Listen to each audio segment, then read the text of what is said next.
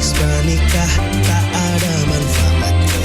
Udah dapat PMS membantu, jangan kau tutup mata, kita cegah bersama.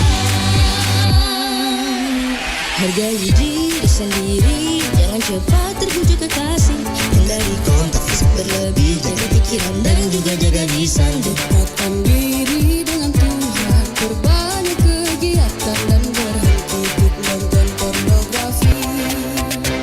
Ayo tahan dulu, biar tidak ke penghulu. Jangan kau tukarkan cinta hanya untuk nikmat dunia.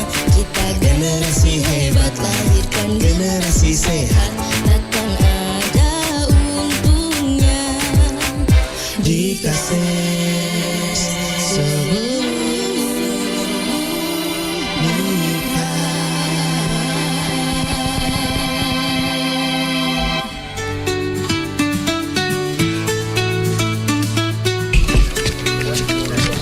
Renita, cantik banget hari ini. Kenapa nggak sering-sering pakai rok kayak gitu? Bikin suasana kantor jadi seger nih. Tolong berhenti, Roy. Itu nggak pantas. Ah, bercanda kok. Nggak usah baper.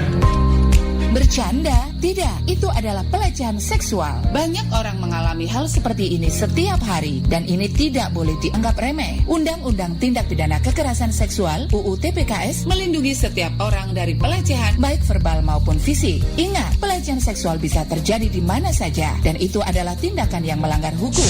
Jika Anda atau orang yang Anda kenal khususnya perempuan dan anak menjadi korban pelecehan seksual, jangan diam. Laporkan ke Sapa 129 atau WhatsApp ke 0811 129 129 yang siap mendengarkan dan membantu Anda. Lawan pelecehan seksual. Jangan biarkan pelaku bebas dari jeratan hukum.